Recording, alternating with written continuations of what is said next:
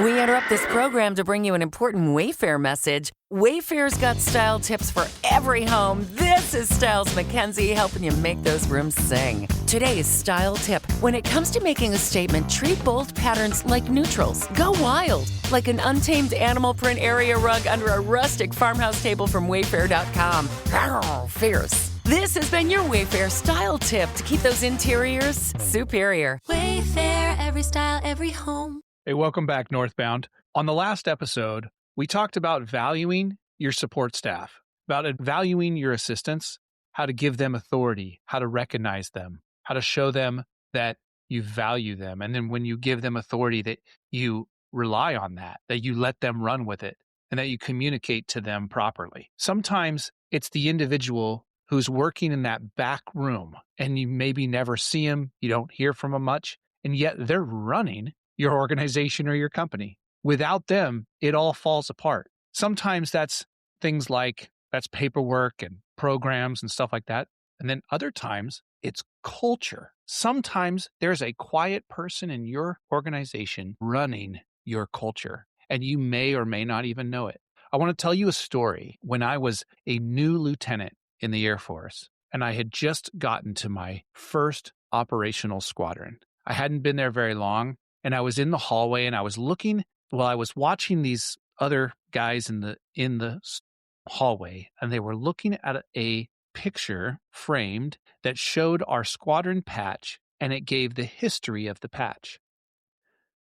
And I want to tell you about these guys because they were all flyers in the Air Force, pilots, navigators. And so they wore flight suits. And on that flight suit was the patch that was represented on that picture in the hallway. And also coming down the hallway was a younger enlisted member, and she did not wear the patch because in those days, the flight suit wearers wore patches and everyone else did not. And that has changed, but back then they did not wear a squadron patch, only those with flight suits. To say that there was a hierarchy is an understatement. And in some cases, that can be unhealthy. In other cases, it's,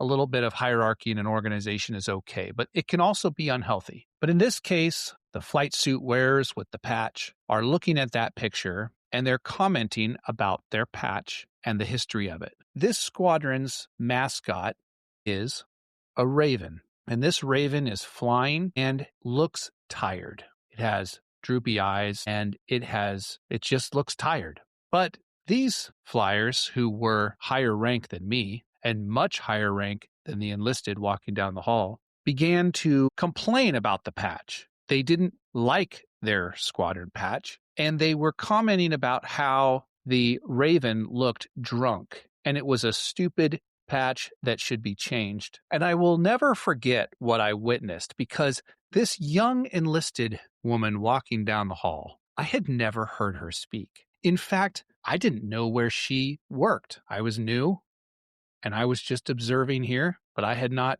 met her before. I didn't know where she was in that building. And she was pretty quiet from what I could see. And she laid into those guys. And so she was also pretty short. And so I was like really surprised by this. I'm like, wow. She's talking, looking up to these tall flyer guys, and she's just laying into them. And she says, he is not drunk. He is weary from the days and days of ferreting, of flying long sorties off the coast.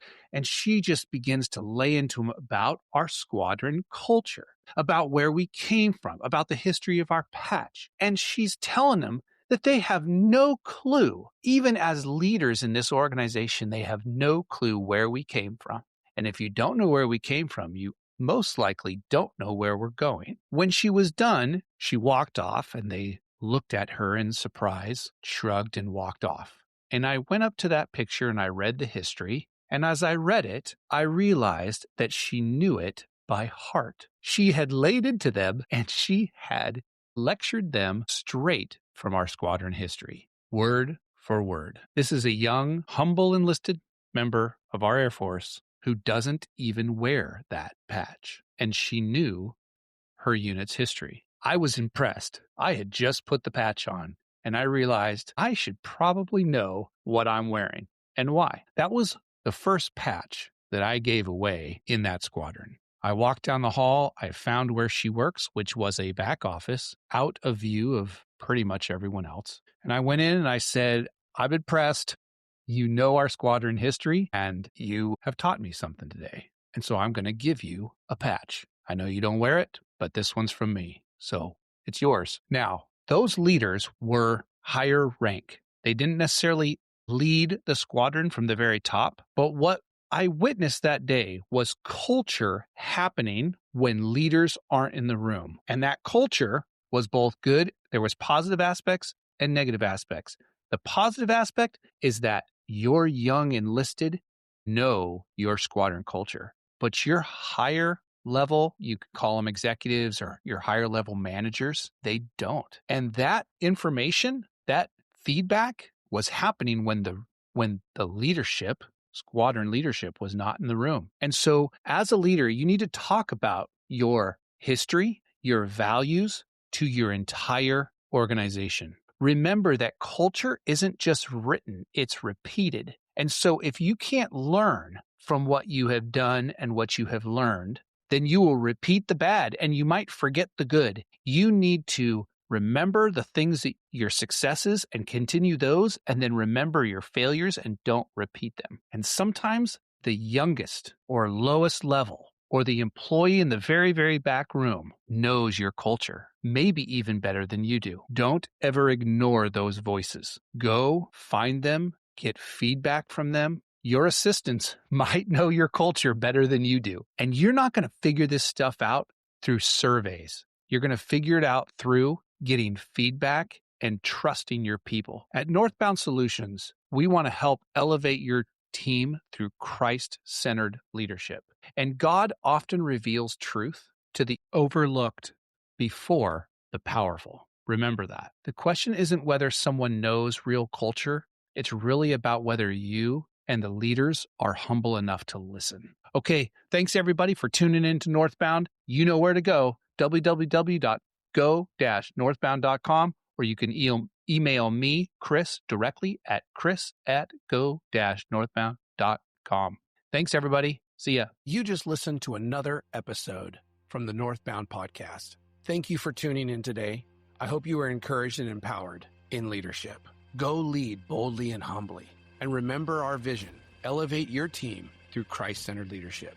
If you want to be a part of our community, just go to go-northbound.com and follow the link and come join us. Follow along with courses and live streams and chats, and maybe even join us for an adventure. We'd love to have you. All of those links are in the description below. Thank you again for tuning in. It's been a pleasure. See ya.